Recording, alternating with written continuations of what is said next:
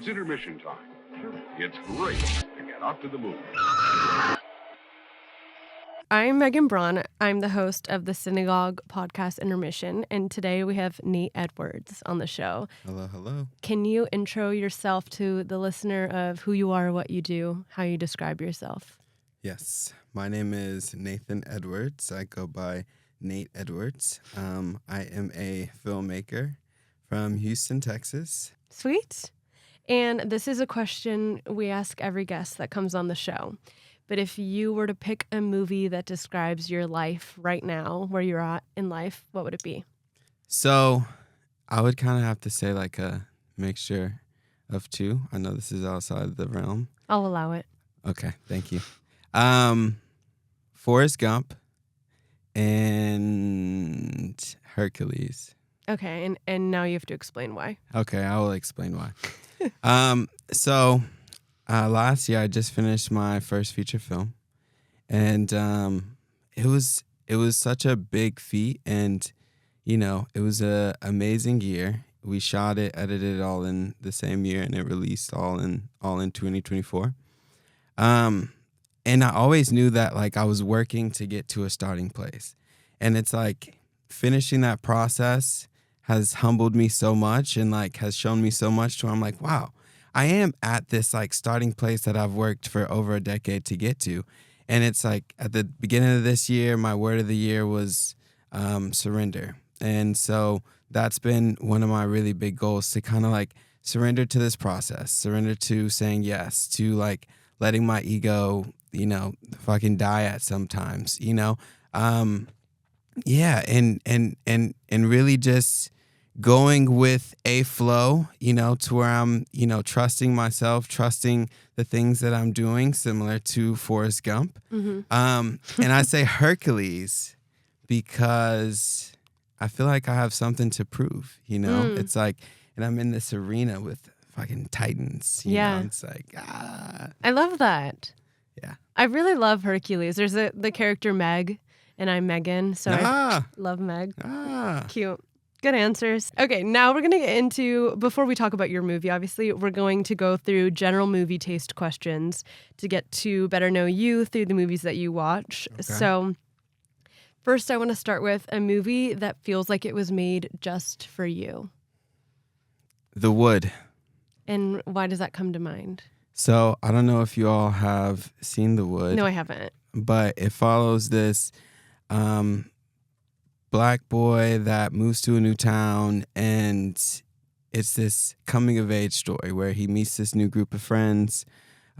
He is like going to a school dance for the first time, doesn't know how to dance, is having to just deal with the things that you have to deal with as a teen, especially in this new environment that he's in. And he's like learning to kiss for the first time, and he's having all these firsts. And at the time when I saw it, like I was going through those things. Yeah, I was at that formative age, and I was like, oh, this movie was made for me. He pops in the Tic Tac. He's smooth, like the older dude gives him something to say to a young lady, and he tries it. And I tried that at a school dance once, and it didn't work so well. But I mean, nonetheless, like once you see the movie, or whoever has seen the movie, like they know the importance of the Tic Tac. But nonetheless, the Tic Tac is a universal situation, because we all know when we're young and we want our breaths to smell good. It's like, there's always that question in the movie where it's like, you want to go gum or Tic Tac?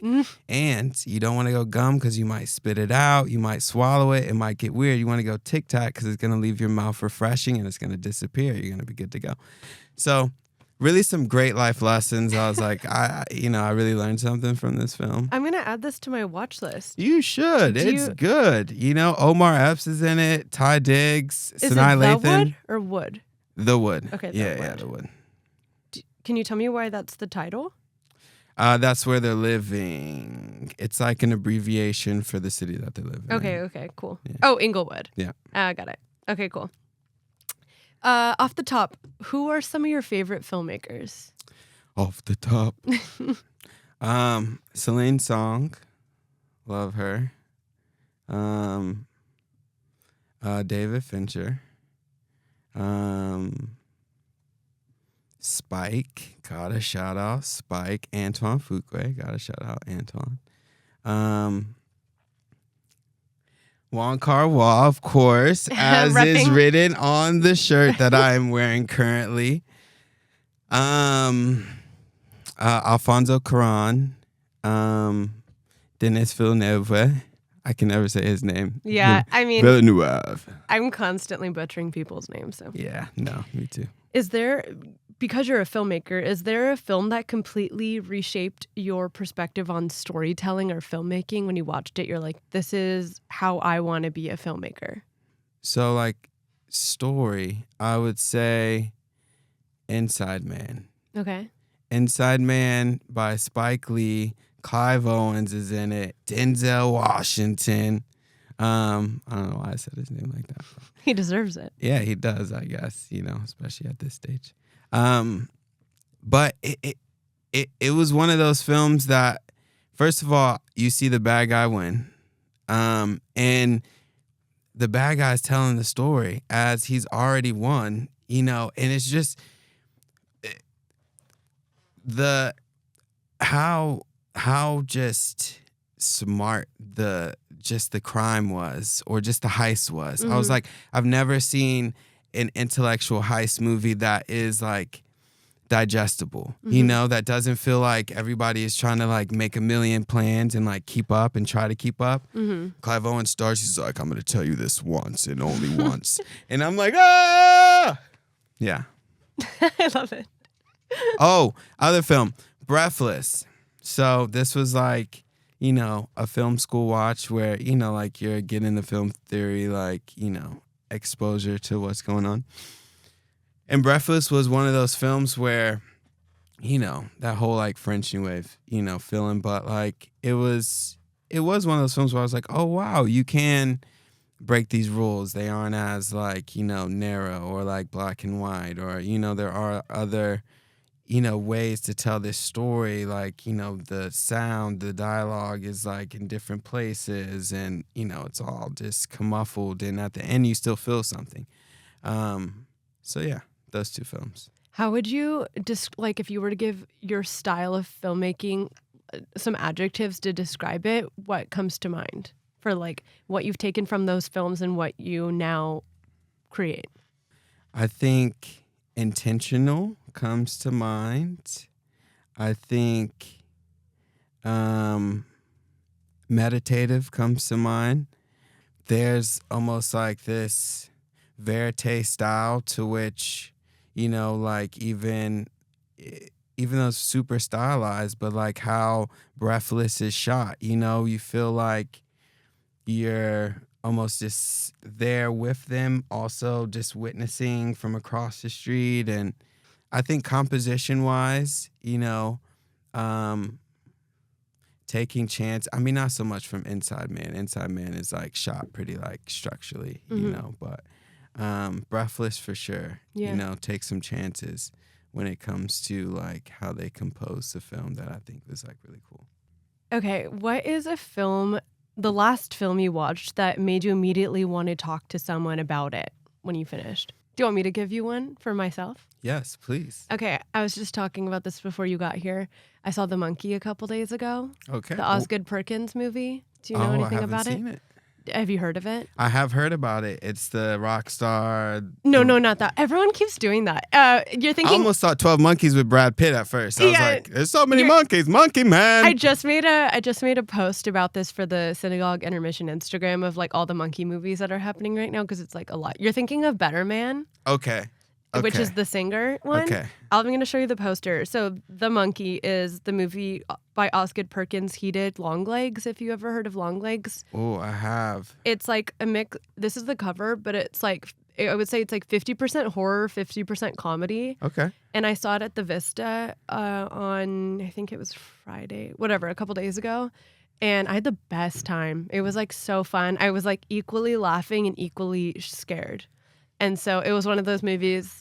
Luckily, I saw it with a friend, so we could talk about it on the car ride home after. Absolutely. But that's what comes to mind. But was it one of those horror films that like really like mess with your like psyche to where you're like turning the corner and you're like, monkey's gonna be there kind of thing. No, and I think that's why I liked it. It was like pretty like straight to the point. It was like it wasn't like the type of horror that like seeps into your like nightmares. It was really just kind of like jump scares in a very like creative and funny way. Okay. So you're like scared because it's like the shock factor and it's because it's so outrageous, but it was like a different type of horror. Are we talking about like Shaun of the Dead, kind of like? Yeah. But also this movie, it comes to mind for this question because it was really smart. And I feel like it's the type of movie where I still had a lot to talk about after seeing it, if that makes sense. Yeah.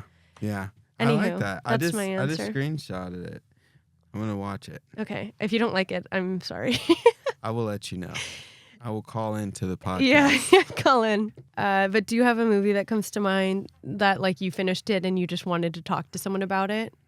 Sicario. Yeah. Yep. I recently watched that on wherever it's streaming. Did you want to talk to somebody afterwards? I always want to. That's why I do a podcast. I always want to talk about it. I guess so. What were your thoughts? I was just like, my jaw was on the floor. It's heavy. It's heavy. Yeah. It's heavy, but then it's just, he tells it like Dennis just tells it in just such an interesting way, to where it's digestible. But at the end, you're just, I don't know. I just had a loss for words. I told you my jaw was on the floor. Yeah. Seeing especially because I'm from Houston, Texas. So seeing what happens or seeing what transpires, so much around border towns, border areas, and seeing this really dramatized story of, the CIA-esque group that's looking to just cause mayhem for the sake of it. And then you got this like Colombian, ex-drug lord who's like been scorned by this other drug lord that's helping, the CIA. I was just, like you said, it was very intelligent. It was very like smart in how it did it. And at the end, it was just such a tight film too. Like it didn't have too much excess, Okay, I want to know what a comfort watch movie is for you.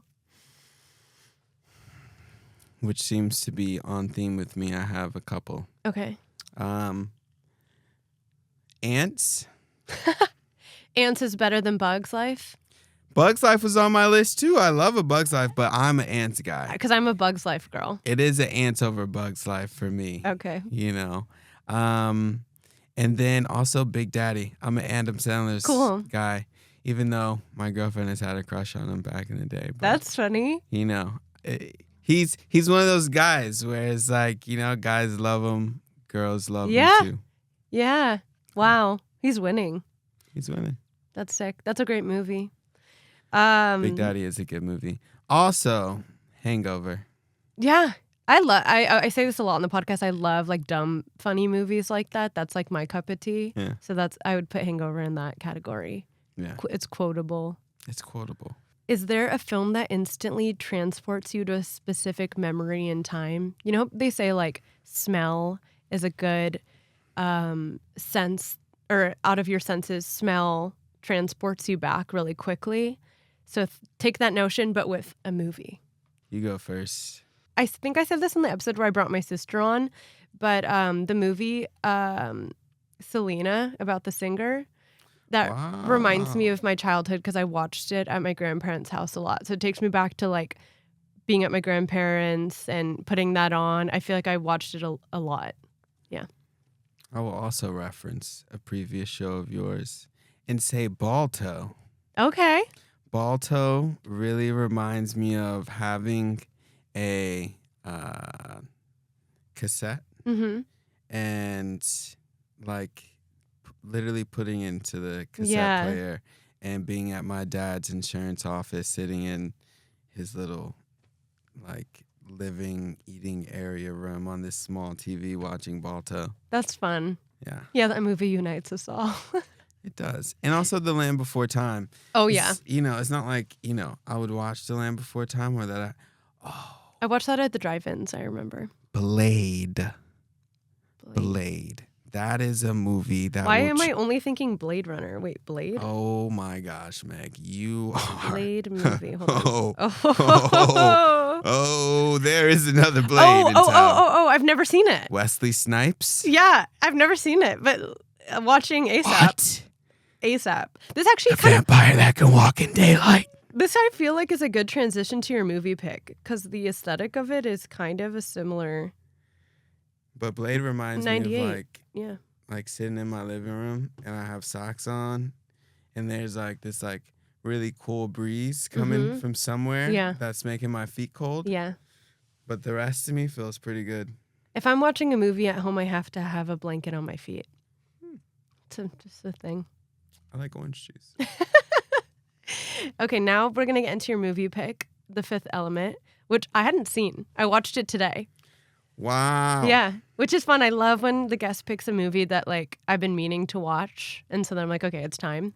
What did you think about it? We'll get into it. I'm going to read the outline of the movie really quick for the listener in case they haven't seen it or a refresher. So The Fifth Element takes place in the 23rd century, where an ancient force of evil is approaching Earth. The only hope for humanity lies in the fifth element, a perfect being, Lilu, who is discovered by a former military operative turned taxi driver, Corbin Dallas. As they team up along with the priest, Ian Holm, and a mysterious billionaire, Gary Oldman, they must retrieve 4 elemental stones and combine them with Lilu to stop the impending apocalypse. So I want to know first why you picked this movie. Corbin Dallas. That was good. This is one of those movies that, like, you know, no matter what list I'm ever making, that's always on it. It's fun. It's a fun movie. It's really hard to forget Bruce Willis opening his like metallic blinds. And you see the floating world and like the floating buildings and, you know, cars and shit. And like this Chinese floating ship comes up and like is serving them food. And it's just, it's just one of those movies, man.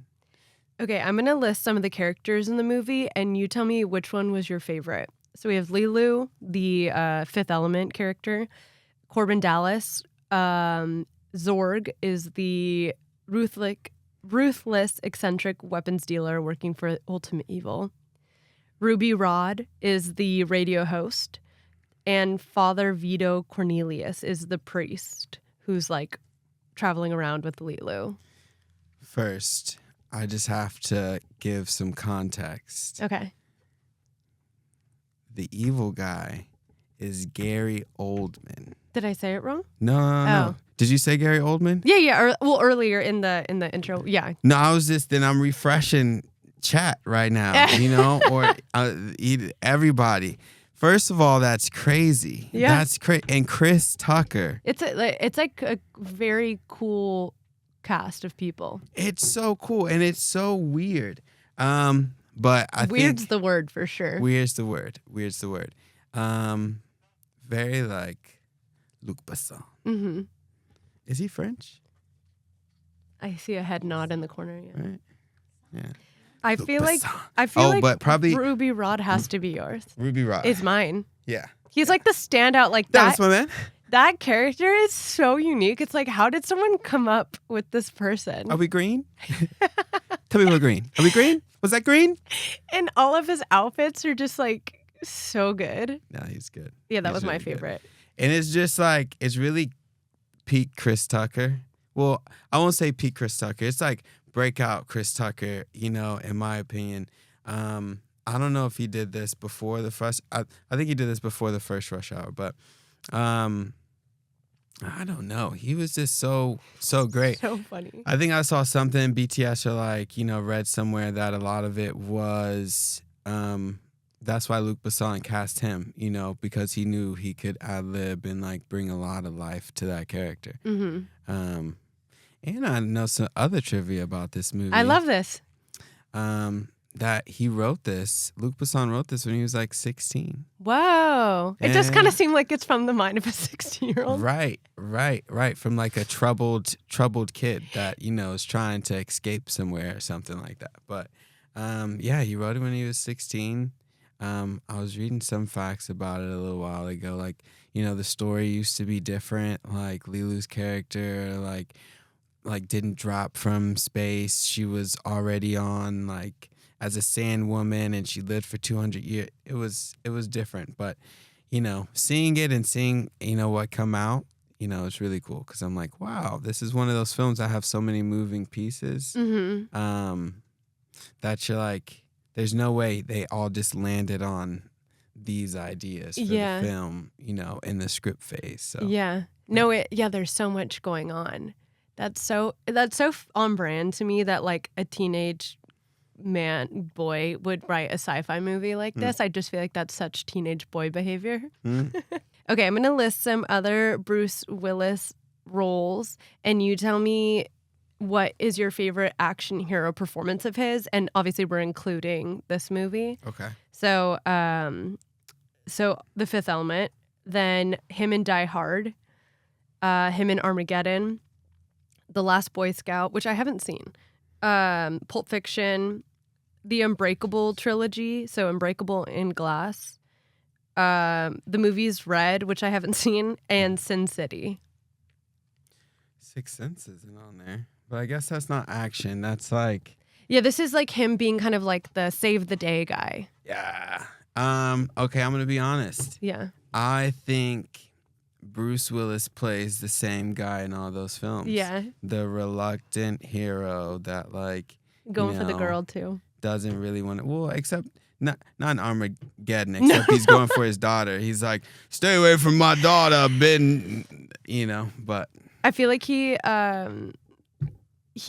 there's so many scenes that could be swapped out. Obviously not aesthetically, but just like the one-liners could be like in Die Hard or something, Absolutely. The facial expressions can, Independence Day can just throw them in there. Oh, I wanted to know if there's any modern sci-fi films that you think capture the same vibe as The Fifth Element.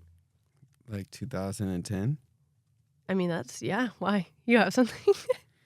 That's crazy. Before 2010 is not modern. Is that really the cutoff? I mean, it's over a decade old. That's weird. Well, okay, so what I wrote, I don't know if this would be a movie you would have watched as a kid, but Xenon, the Disney Channel movie. Do you know what that is? Xenon. Girl of the 21st Century. Do you know what that is? Of course. Yeah, I know. like that. Hillary, no. You were going to say Hillary Duff. I was. I don't even know the girl's name. Raven Simone's in it. Raven Simone is in it.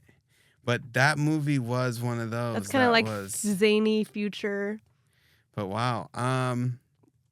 Any other movies come to mind? I mean, Guardians of the Galaxy is close. But I mean, I don't think anything did it as well. Yeah. But I do feel like Arrival. I love Arrival. Is one of my other favorite sci-fi films that all around from beginning to end just did it right. Arrival is also one of those movies that you want to talk to someone right after because it's so trippy. You do. Yeah, that's such a good movie. You feel away, Yeah. Oh, you know what? I have a fun fact for you, which I didn't know, that the designer Jean-Paul Gaultier designed over 1,000 costumes for that movie. Did you know that? I didn't know he was a clothing designer. I had no idea. idea. He designed so much. I was like, that's so sick. Because it is such like an aesthetic movie. Like their outfits are crazy. I have a Jay-Z line for you. Okay. Jean-Paul Gaultier, cologne, spray the air. That was good. And that was the correct way to pronounce it. I fucked up with the last name. No. I mean, I know I'm referencing my girlfriend a lot, but it's her favorite clothing designer too. Cute. That's cute. Yeah. One of our first dates, she busted out one of them things on. Ooh. I was like, oh, crazy. The girl got style. Okay, I'm going to end the section for this movie with one final question. If you had to live with one of the film's futuristic technologies in your day-to-day, what would you pick? So I'm going to list some. They have the multipass, the flying cars, food rehydrator machine, the like hologram TV, anti-gravity boots, the automated taxi system, and then laser guns. Laser guns? Wait, okay, so do we know what the multipass is? I have no idea. I just remember when she kept... it got her off-world. And she kept being like, I'm multipass because she can't talk. Yeah. Multipass. She must have felt so silly playing that role because for the listener, if you haven't seen it, she doesn't like speak English. So she's just like saying some gibberish so confidently. I would just feel so ridiculous.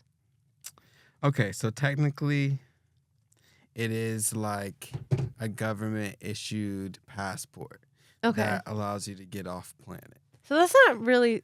It's just, yeah. It's not that exciting for... It's not that exciting, but I guess I would want a passport. I would not want to be without a passport. But to answer the question, laser gun, for sure. like, that's cool. Give me the laser gun. No, I'm good off the flying car because it's just like, you know, where do I like... Yeah, whatever. Where do I land all the time? Okay, now I'm going to get into a segment of... I'm calling it director's highlight. I'm going to say different directors, and I want you to, like, off the top, say the most memorable film of theirs. So, like, maybe your favorite, ideally your favorite, but what comes to mind? Sofia Coppola. Lost in Translation. Martin Scorsese. Taxi Driver or Raging Bull? Jordan Peele. Get Out. Get Out. Get Out. Darren Aronofsky. Requiem for a Dream. Yeah. That movie really messed me up. That's a fucked up movie. I love that movie. I recommend it if like you've never seen it and you just really you know, really want to be a part of the zeitgeist like that. But it is not a pleasant watch. It just gets darker and darker as you go. I really, really like the way that I think I've said this actually in an episode before, but the way they filmed them shooting up, where it's like it's like a segmented sequence of like the pupil and like it's very ASMR-y. Mm-hmm. And I really just think that was a cool way to film that. Way to romanticize drugs. Heroin, huh? Darren? I just was like, this is a cool video editing idea that I'm going to back pocket one day for something. Absolutely. And now it's back pocketed, you know, all over the place. Yeah. I'll make it different in my, I don't know, wherever I use it. No, you will. You Okay. will. Hitchcock. Vertigo. Stanley Kubrick. Clockwork Orange. A lot of darkness.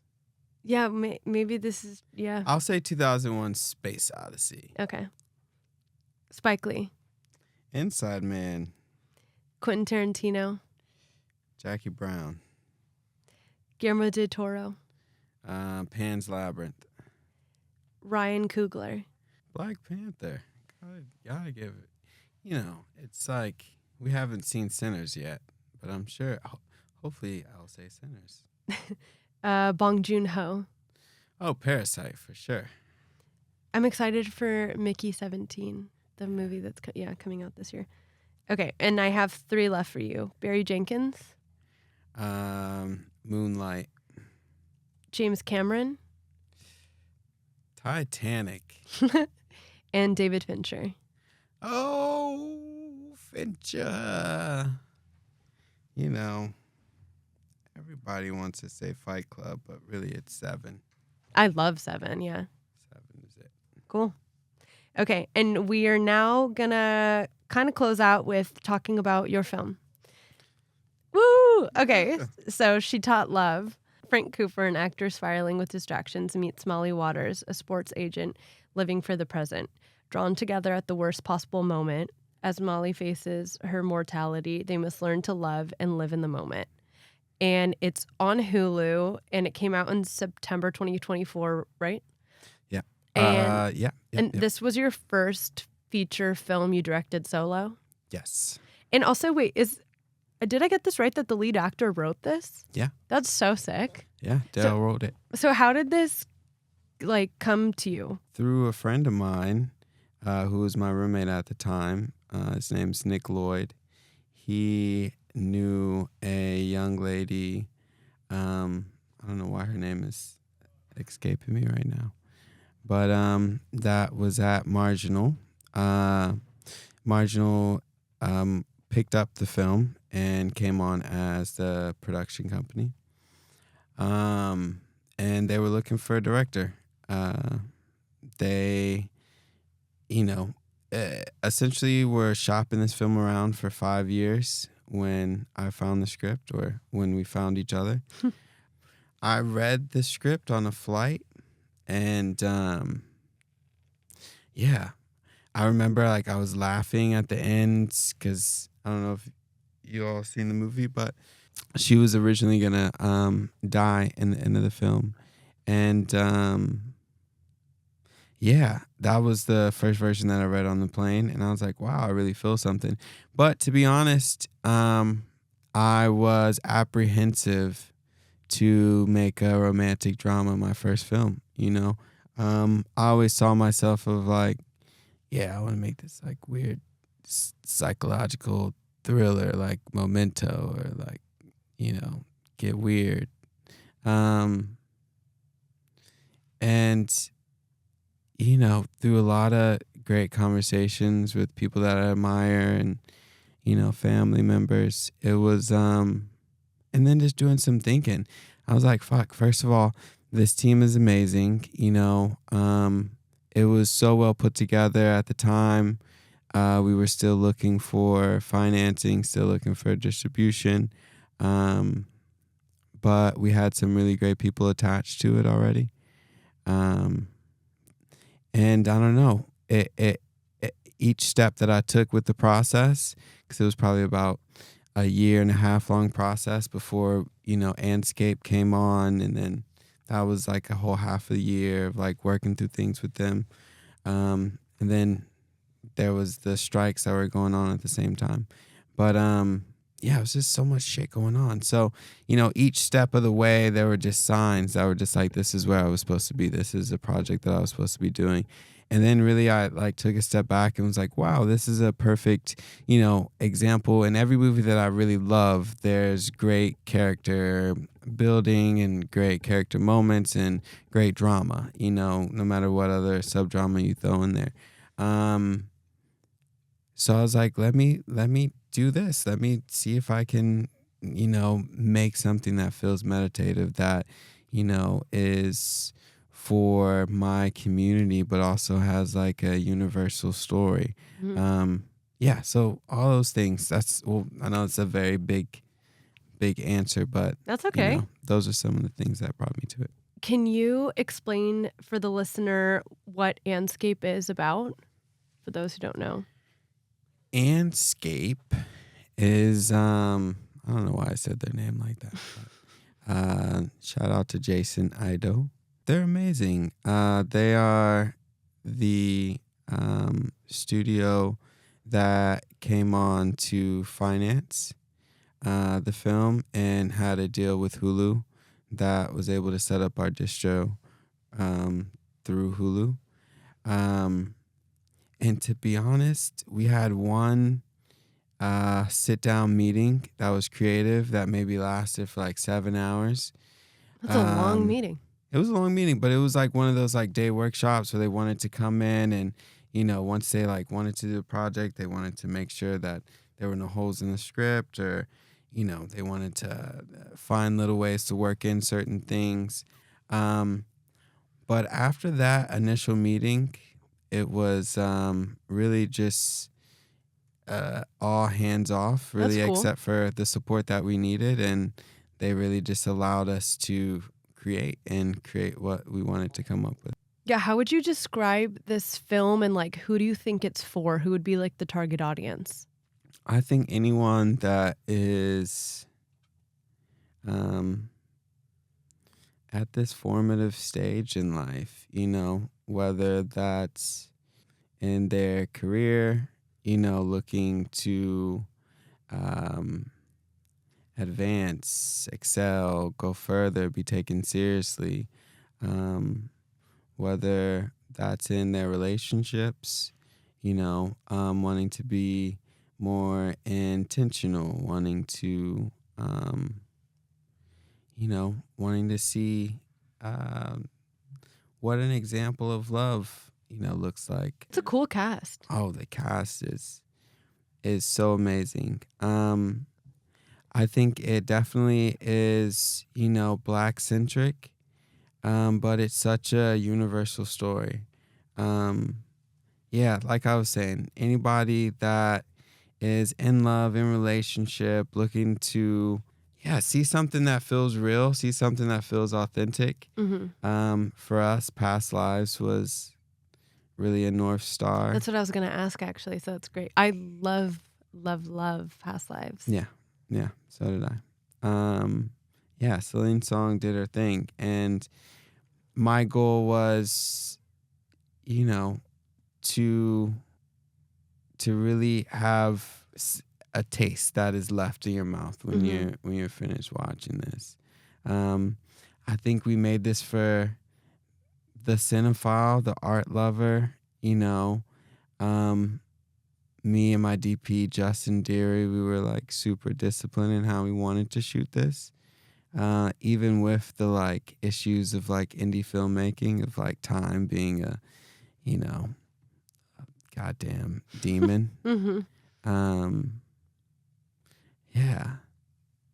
So it's a universal movie. I feel like it's gonna be one of those timeless situations. My hope is it turns into something like a Wong Kar-wai film, like A Mood for Love, to where it's like anybody that is looking to get a better understanding of film and love and the human experience will watch it. I love that. That's great. What's next for you? Do you think you'll do something in the same vein or totally different? Totally different, for sure. I really love, filmmakers that are like genre fluid.